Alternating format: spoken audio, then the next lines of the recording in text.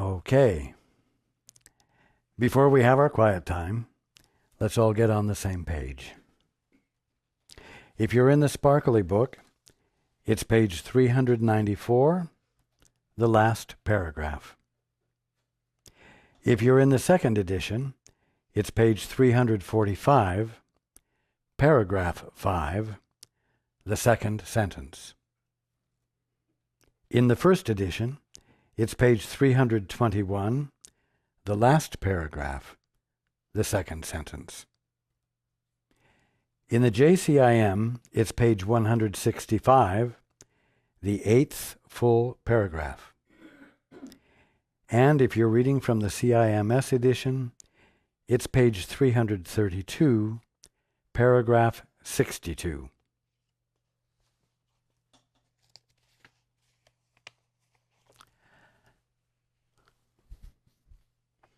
Okay. Let's take a few moments to be quiet together.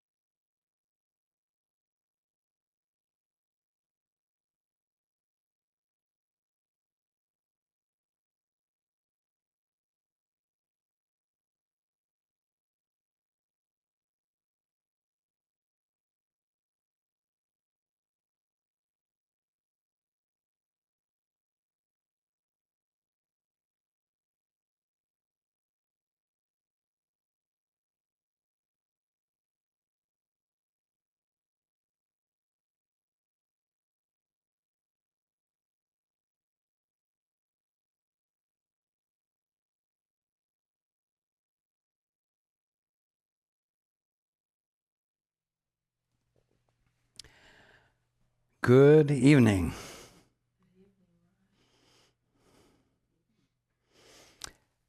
And welcome to everyone who's joining us on the internet.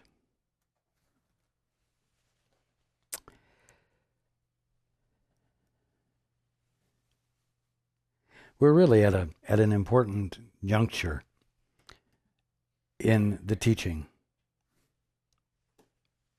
in A Course in Miracles. Because you're beginning to grasp, because I'm sharing it with you, the fact that special relationships aren't between persons, that special relationships lie between the multi-leveled, complex structures of definitions that have been concocted by those who are not in touch with who they are or their source, and as a result are being governed by the chaos that comes from operating out of ignorance. Why is this important? It's important because if you're going to work on special relationships, you don't want to miss the point by working on each other. You see? Oh, let's work on our special relationship. Oh, let's develop a holy relationship. And we can point out to each other where the flaws are in our special relationship. We don't want to have a special relationship. And you see, it seems like because there's dialogue going on and there's involvement going on between you and whoever it is you're going to work with to get rid of your special relationships, that you're doing something. When you're simply bumbling around still within the special relationship and absolutely nothing is happening to free you from it. The reason is you're working on the wrong thing. You see? Many individuals have spent a number of years working on their special relationship and translating it into a holy relationship. And all the time they're doing it with each other. I mean by that they are finessing each other, they are manipulating each other according to their best current concepts of what constitutes a holy relationship. But you see, the best current concepts of a holy relationship are still definitions or meanings that have been concocted by those who are not in touch with their source and who are unaware of who and what they truly are. You see? It's time for the delay caused by working on the wrong things to be abandoned. And the way they are abandoned is by engaging in what works. And so, if you want to work on special relationships,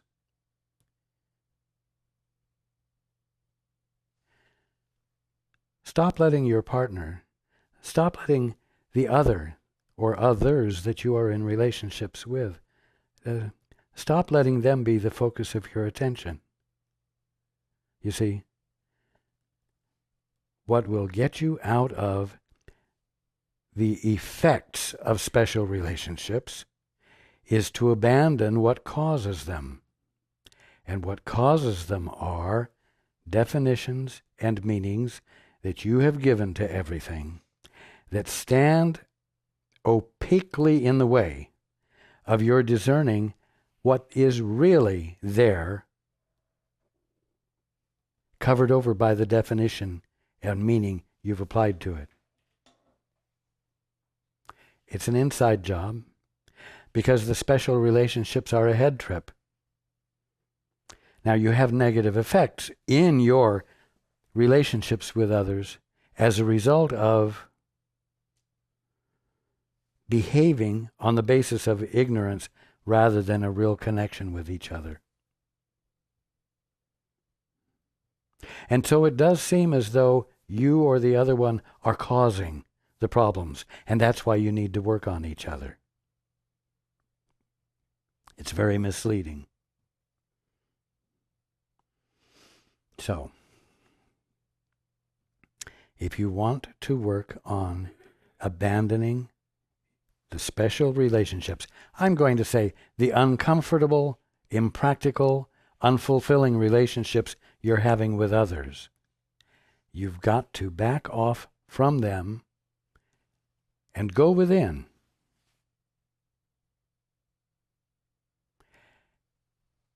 Now don't go within and start examining things and analyzing them, because this will still be a private process.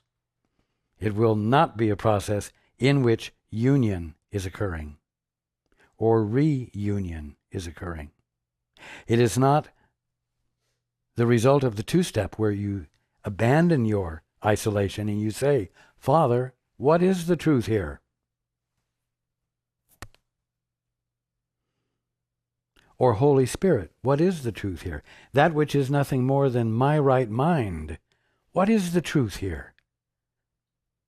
You see, that's when you break the isolation.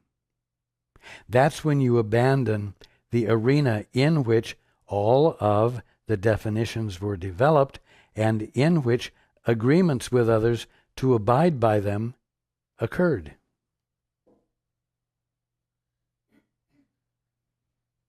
In that abandonment of your privacy, your separation, not from your brothers and sisters, but from your source, from your Father, in that abandonment,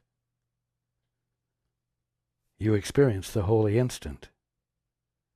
And you're in a position where you experience the influx of the Father's perspective, which is your true perspective. From that new, connected, unified vantage point, you will relate to your brothers and sisters in a way that is free of the special relationship. You will relate to your brothers and sisters in the context of the holy relationship, but it won't be a holy relationship that is fulfilling concept or definitions you think define a holy relationship. The holy relationship will be the result of your knowing the truth right in your interactions with your brothers and sisters, and in fact with all creation, which you are in relationship with.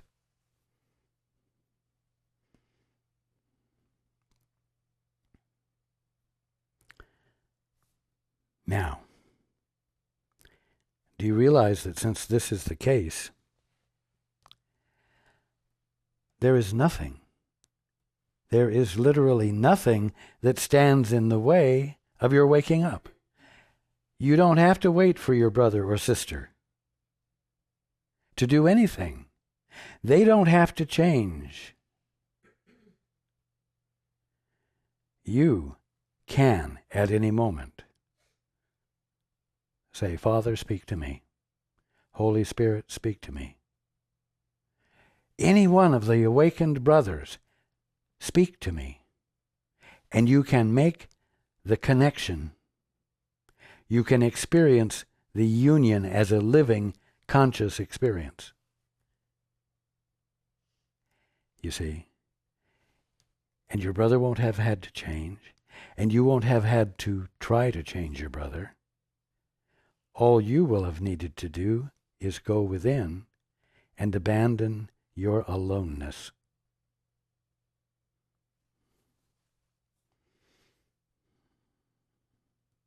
That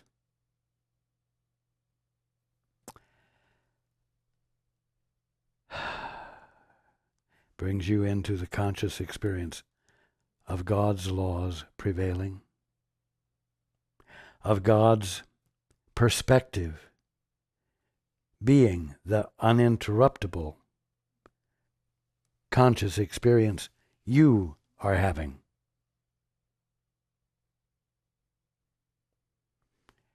And it's like pushing the first domino in a long line of dominoes. And you didn't even touch a domino. You just stopped doing what held the dominoes up.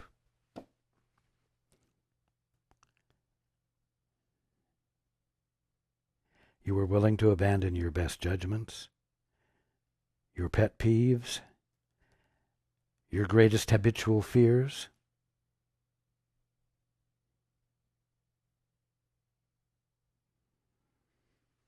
Your personal, private, unique style of playing poor me. Because all orphans play poor me. If you're not awake, you're playing poor me. One way or another. If you weren't playing poor me, you would wake up and find yourself experiencing the fullness of being empowered, you might say, to exist without fear ever again. You see? Without ever feeling poor, without ever having to manipulate others by playing poor me. You see?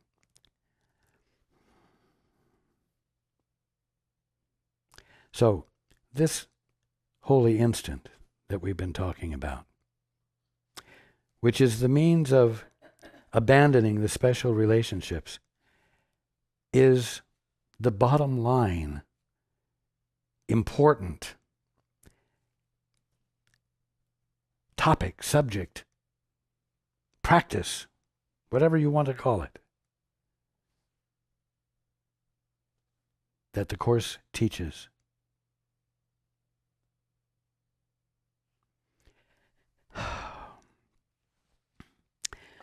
Let's go into the book.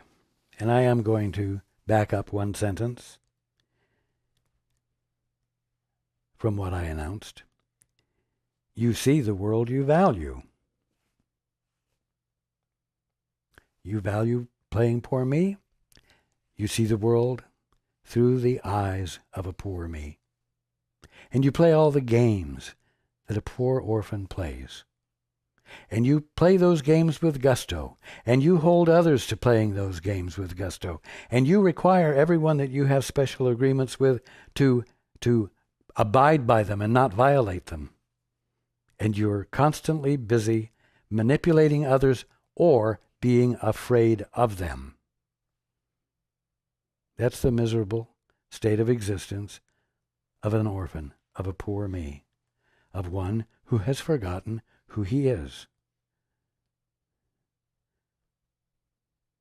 Doesn't realize he's part of a family, a divine family, which has absolute cohesiveness.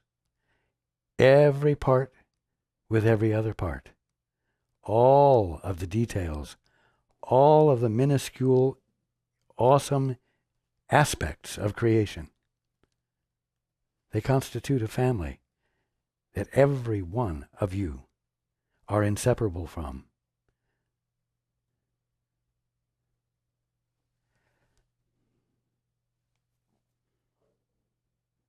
You see the world you value. Now, do you value the truth? As we discussed last week, are you willing to abandon everything else and go for the truth?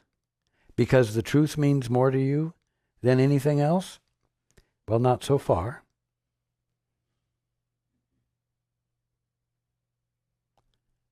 But it's time for that shift to occur. It's time for commitment to that to occur. It's time for you to decide that it's more meaningful to inquire as to what the truth is and bring your full attention to the answer to it that will be forthcoming because you're desiring it, and the Father withholds nothing of what he is from his creation.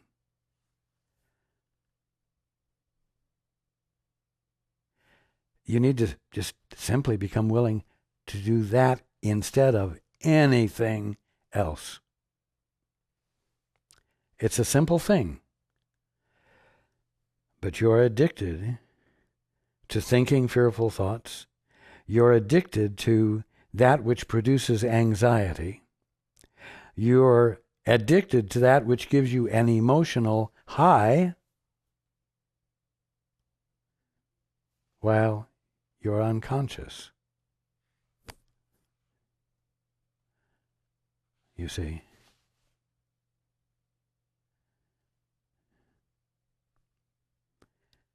On this side of the bridge, you see the world of separate bodies seeking to join each other in separate unions. In other words, poor little separated me wants to join with poor little separated you, and us two poor little separated entities can join together in a bond that makes us one. You see, sounds good. Not the way I said it, but the way you perceive it and the way you approach it sounds good. And the promise you have imagined is there makes it seem worthwhile going for.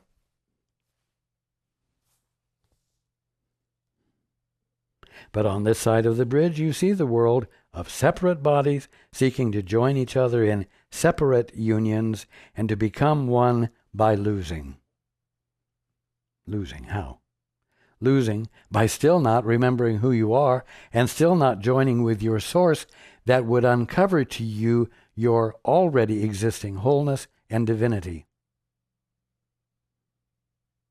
That doesn't need to be arrived at through any process engaged in by two little poor orphans. When two individuals seek to become one, they are trying to decrease their magnitude. How? You decrease your magnitude by magnifying your tininess.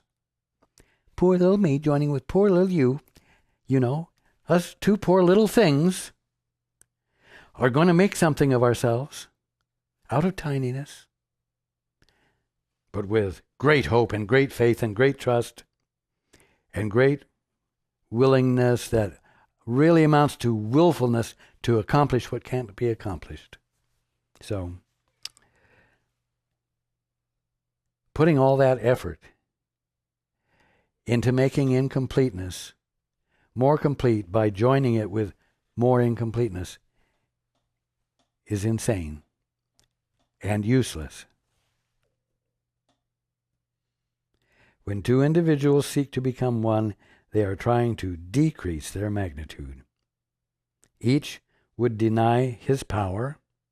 You see, the power of the presence of God that constitutes them. Each would deny his power, for the separate union excludes the universe. Poor little me over here, and the big universe over there. Poor little me over here going to join poor little you over there. You see. And we'll stand up to the whole world if we have to. You see. No unity. It excludes the universe. Far more is left outside than would be taken in. For God is left without. Outside. Father, I'd rather do it my way. Father, I'd rather define things myself. So God is left without. And nothing taken in. At least not yet. Littleness, trying to join with littleness and make littleness a better experience. No interest in or attempt to abandon littleness. If one such union were made, here's the key words, in perfect faith, the universe would enter into it. Yet the special relationship which the ego seeks does not include even one whole individual. You see? That's why you can't work on each other. That's why the special relationship isn't between individuals. You see?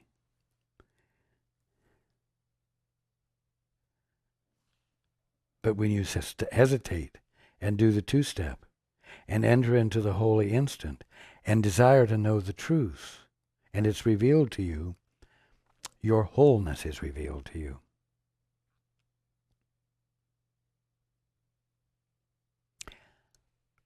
The presence of God is experienced in you, as you. And you're not at all confused. You don't suddenly think, oh, little me is God. No, it's like, oh, God is all there is of me. The awesomeness and allness of God. Wow.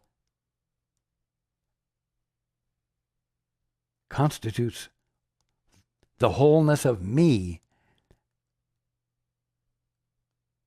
man, I'm happy to defer to the awareness that God is all that is here, being all that is here, where I used to say, it was just poor little me, joining with poor little you.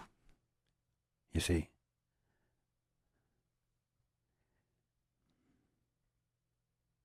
Yet the special relationship which the ego seeks does not include even one whole individual, for the ego wants but part of him and sees only this part and nothing else.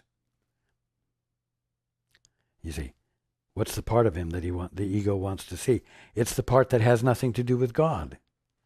It's the part that seems to be an independent agent, fully empowered to become something on his or her own, in his or her own right. You see, that's the part.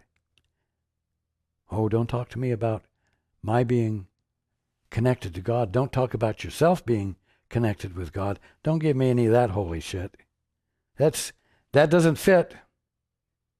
That's not practical. That isn't going to help me become a success in the world.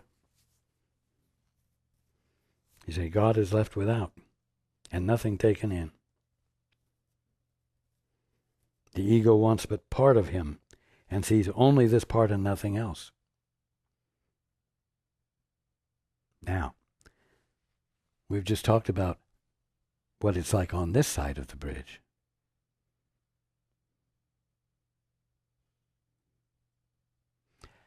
And you could say that the bridge is your decision to get a divorce from the father, or your decision to attempt to exist in your own right all by yourself.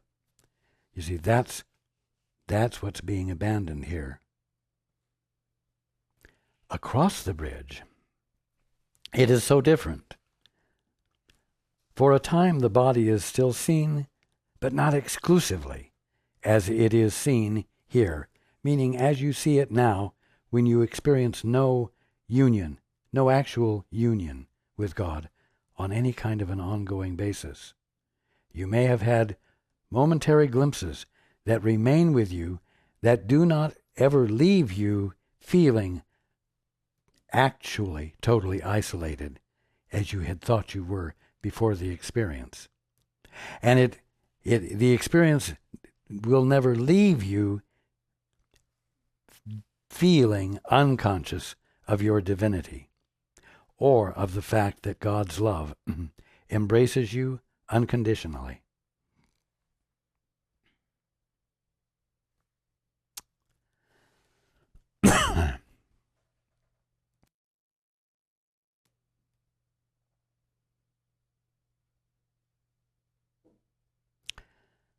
For a time the body is still seen, but not exclusively, meaning not absolutely separated off from everything else, being unlike everything else, being itself in its own right, you see. For a time the body is still seen, but not exclusively as it is seen here. When you have the experience, the insight, the revelation of the presence of God right where you are, or right where any object is in your experience. As I said last week, God appears. It's clear to you that what's there is God in all the fullness of the meaning that embodies and expresses God fully. And what you thought it was escapes your mind. The definitions you had given it that were so limited and which were as fearsome as the fear with which you looked at it disappears because you're having a new experience of it. You are not having an experience of it disappearing, of it vanishing. But what the small-minded way in which you had been experiencing it does vanish, subsumed by and fully, infinitely expressive of all the wholeness and fullness of God, no matter how small it seems to be. It's whole, and it's also inseparable from you. It's part of you, and you are part of it, because creation is one, even though it is infinite in expression. So,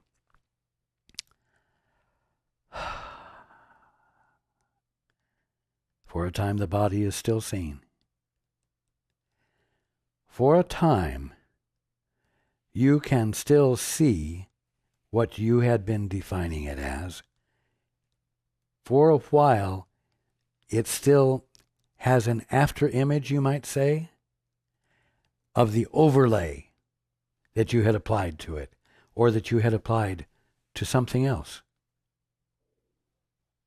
The overlay you had applied to it, and perhaps the way you felt about it, will still linger as it fades.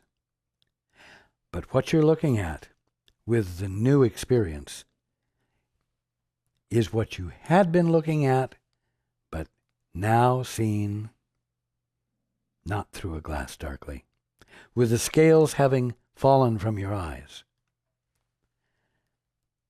For a time the body is still seen, but not exclusively as it is seen here or now. For the little spark, which holds the great rays within it, is also visible. And this spark cannot be limited long to littleness.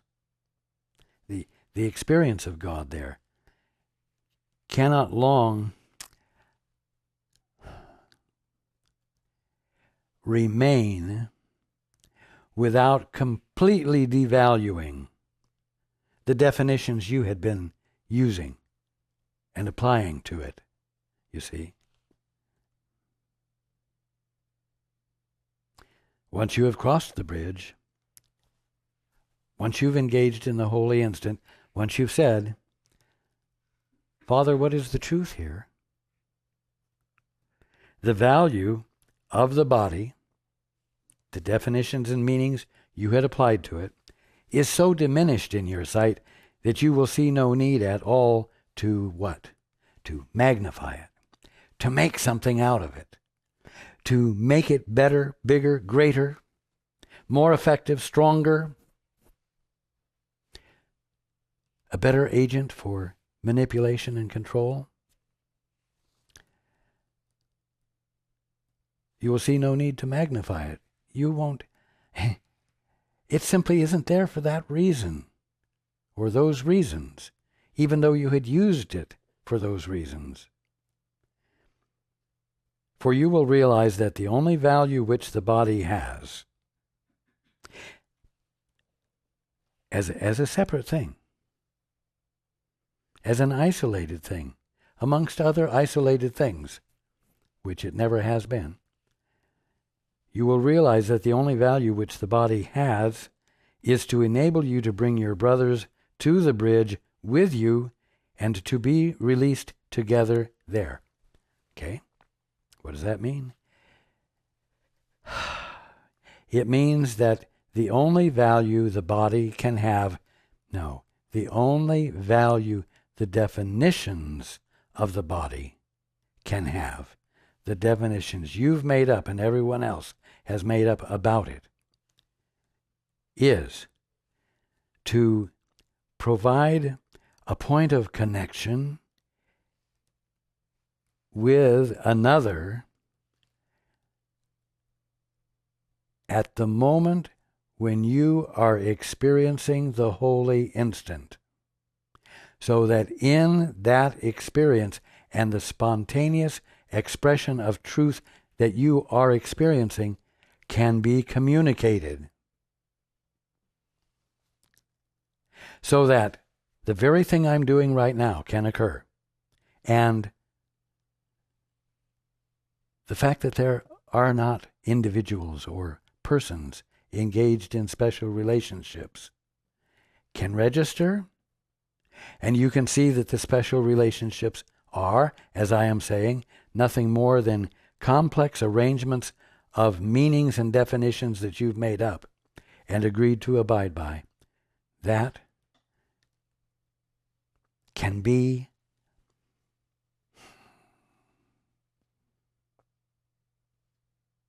popped like a bubble. And the two of you can enjoy the result of having done what works.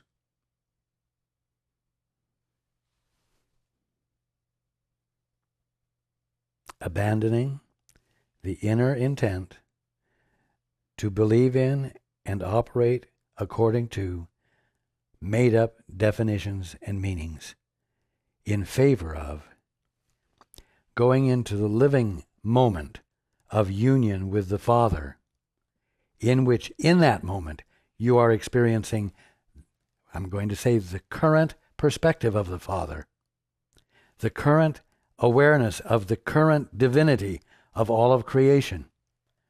You see, but you must be willing to get out of linear processes and let yourself into the movement of being in its spontaneity. You must be willing to abandon control so you can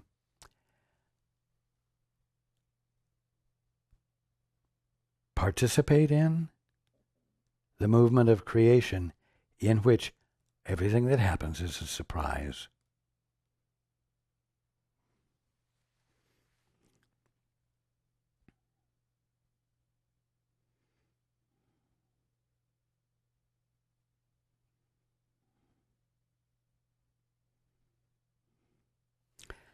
The bridge itself, here's the key, the bridge itself is nothing more than a transition in your perspective of reality. A transition in your perspective. You already are the sons and daughters of God. You already are the incredible presence of God. You already are divine. You already are incapable of sin, disease, and death, and everything that seems to accompany them.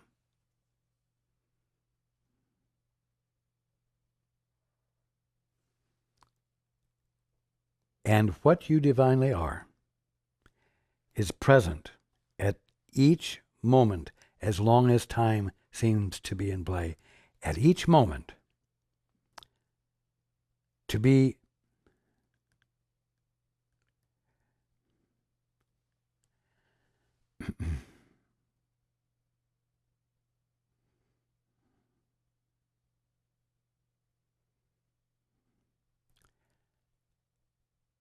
perceived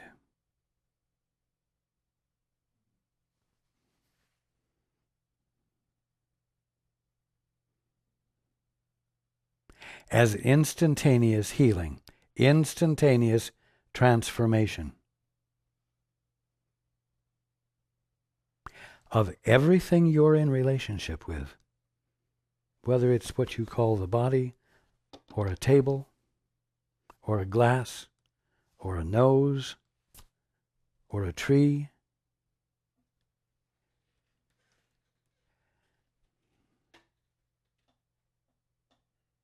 And suddenly God will appear. And you'll understand what a tree is. And you will understand what your brother is. And you will feel the true meaning of God right there in those things that you had poorly defined as the effect of godlessness, the effect of the absence of God.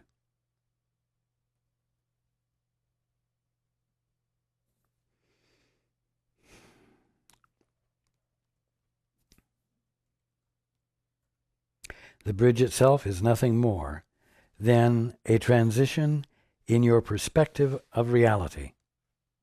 On this side, everything you see is grossly distorted and completely out of perspective. You don't think it is because you think it's normal to be born, to grow up, to have problems, to experience diseases and hopefully survive them, and ultimately to begin to get old and die. You don't think that's completely out of perspective because you think that's the way it is. And I'm telling you it's not. That's not the way it is. There is an alternative. There is an absolute truth that is the non-existence of this out-of-perspective vision you're all suffering from. And you need to stop blindly, ignorantly accepting the status quo. That's what the holy instant is for. It's your means of stepping out of ignorance. Truly, really changing, experiencing transformation. It's that simple. What is little and insignificant is magnified on this side of the bridge. And what is strong and powerful, cut down to littleness. What can you expect when you've abandoned the infinite of your being by saying, Father, I want a divorce. I am going to become an orphan. Now, in the transition, as you do the two-step, as you make connection, as you experience union, and your vision is transformed, and what is of value to you begins to change, there is a period of confusion in which a sense of actual disorientation seems to occur. It's important to understand because otherwise you're likely to think that something is going wrong and you will stop saying, Father, what is the truth here? But fear it not, for it means nothing more than that you have been willing to let go your hold on the distorted frame of reference which seemed to hold your world together. The only reason you hold on to your mutually agreed upon definitions is because they were developed for the purpose of freeing yourself from chance, freeing yourself from being the victim of unwanted change. You see?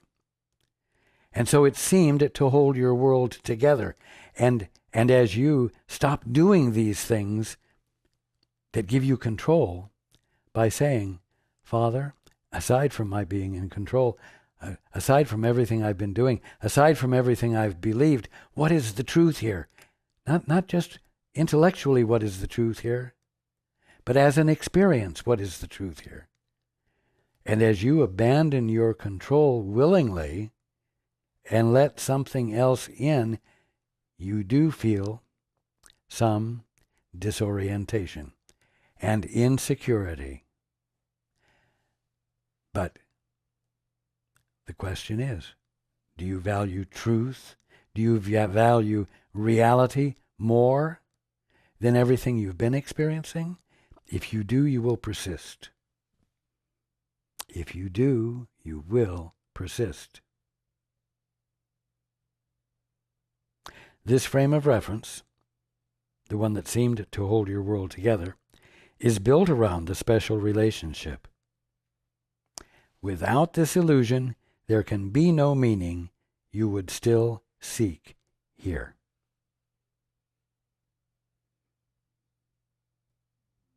Now,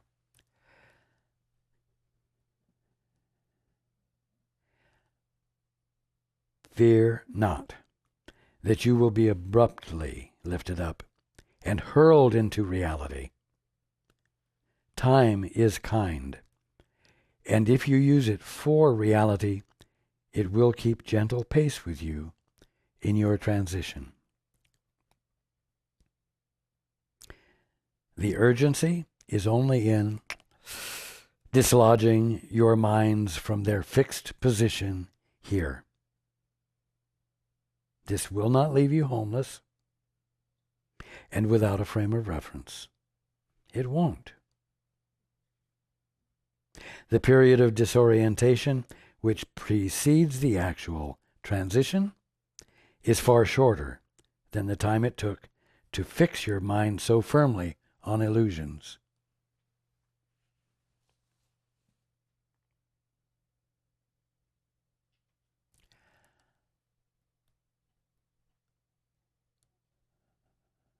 Delay will hurt you now more than before, only because you realize it is delay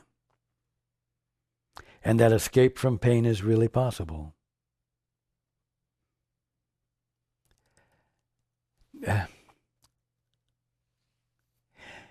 You know, as this transition occurs, it will seem to you as though the leash is getting shorter. The time between you're doing something that doesn't work and the effects of it not working will seem to be quicker, shorter. You will not seem to be able to do what is impractical for a long period of time before you're brought up short.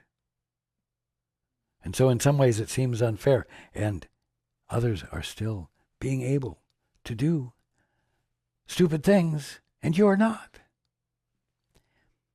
But that's because you're realizing at some level that the truth is available to you and that you're experiencing it and that it's more available to you than ever before because you're not resisting it as much, and therefore it's pouring in on you.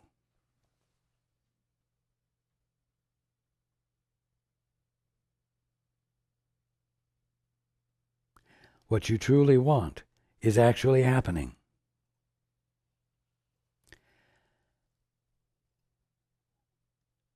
You know what? Hang in there. Persist. Because it's the way it works.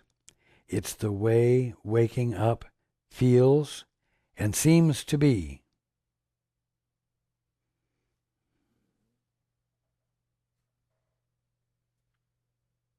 Now, this coming week, I want you to read over what we've talked about tonight. It's not discouraging. And you need to be reminded of the simplicity of this. You will have feelings of disorientation that don't feel simple.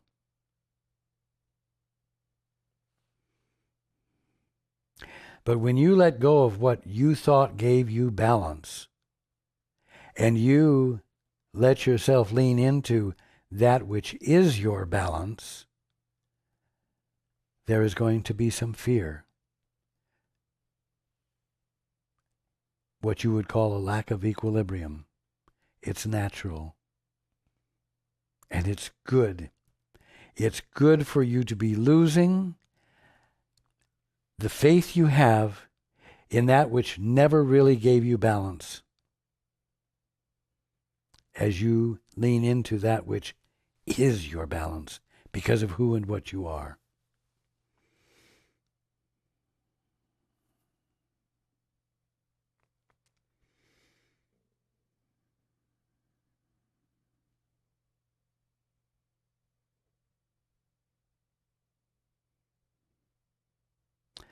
If these things seem to be hard to look at, or not particularly inspiring, or as though they are in some way hard work, don't shy away from it.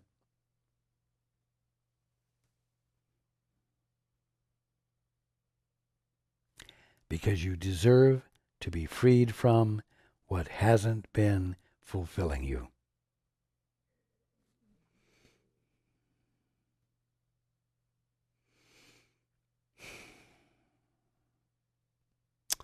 I love you all, and I look forward to being with you next week. The fact is that we are at a point in the teaching where giant strides can occur, where great release from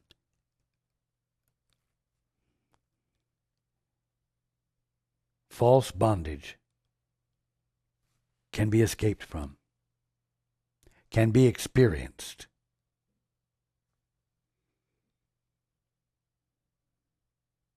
Let there be anticipation. Let there be expectancy. And let there be a willingness to rejoice.